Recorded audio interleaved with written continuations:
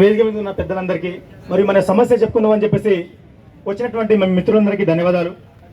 అయితే నేను ఒక 2 నిమిషాల్లో ముగిస్తాను. మిత్రులారా, జియో నంబర్ 46 మీద గ్రామీణ ప్రాంత విద్యార్థులు చాలా నష్టపోయారు. మెరిట్ మార్క్స్ వచ్చి కూడా ఆ ఉద్యోగం కోల్పోయారు అనమాట. సో ఆ కేసు ఇప్పుడు సుప్రీంకోర్టులో జరుగుతూ ఉంది. మేము ఆ ప్రస్తావన తీయట్లేదు.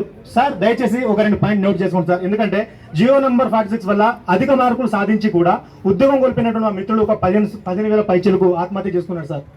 ఇది పత్రిక ముఖంగా ఉంది, మేము మాటల్లో చెప్పట్లేదు. సో కాబట్టి ఇప్పుడు రాబోయేటువంటి ఎస్ఐ అండ్ కానిస్టేబుల్ నోటిఫికేషన్ లో ప్రధానంగా జియో నంబర్ 46 ని రద్దు చేయాలని చెప్పేసి మా యొక్క సమస్యను చెప్పడం కోసం ఇక్కడికి రావడం జరిగింది. అదేవిధంగా ఏజ్ కూడా 35 సంవత్సరాలు ఖచ్చితంగా పెట్టాలి. ఎందుకంటే 2022లో వచ్చిన నోటిఫికేషన్ ఇప్పటిదాకా 2025 ఎండింగ్ కావస్తుంది. కాబట్టి 35 సంవత్సరాలు ఏజ్ సడలింపు వాళ్ళకి ఇవ్వాలి. అండ్ జియో నంబర్ 46 ని ఖచ్చితంగా రద్దు చేస్తేనే ఈ యొక్క నోటిఫికేషన్ లో మేమందరం కూడా అప్లై చేసుకుంటాం తప్ప లేకపోతే మాత్రం వాళ్ళు ఇచ్చేటువంటి నోటిఫికేషన్ కి మేము అప్లై చేసుకోము. ఎందుకంటే హైదరాబాద్ లో హై పాపులేషన్ ఉంటారు కాబట్టి జియో నంబర్ 46 అనేది పాపులేషన్ ఎక్కువ ఎక్కడ ఉంటే అక్కడ ఉద్యోగాలు ఇస్తున్నారు, అక్కడ పోస్టులు కేటాయిస్తున్నారు.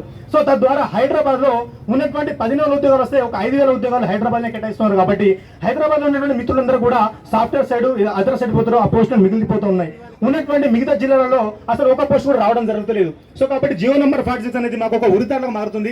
దయచేసి ఆ జియో నంబర్ 46 ని రద్దు చేసి ఒక అఫీషియల్ ప్రెస్ నోట్ మాకు ఇవ్వాలని చెప్పేసి మేము ప్రధాన డిమాండ్. దాంతో పాటు 15,000 పైచీలకు నోటిఫికేషన్ ఇవ్వాలి. ఏదో 10,000 11,000 ఇస్తే మేమైతే ఊరుకునేది లేదు. ఎందుకంటే మాకు మీరు న్యాయం చేస్తామని చెప్పేసి మేము ప్రభుత్వం అధికారంలోకి వస్తే మీకు జియో నంబర్ 46 రద్దు చేసి న్యాయం చేస్తామన్నారు. ఆ మాటలు మీరు నిలబెట్టుకోలేదు. కాబట్టి దయచేసి ఈసారి 10,000 పైచీలకు నోటిఫికేషన్ ఇవ్వాలి. మా అందరికి మీరు న్యాయం చేస్తారని చెప్పేసి మేము ఇక్కడికి డిమాండ్ చేస్తున్నాము.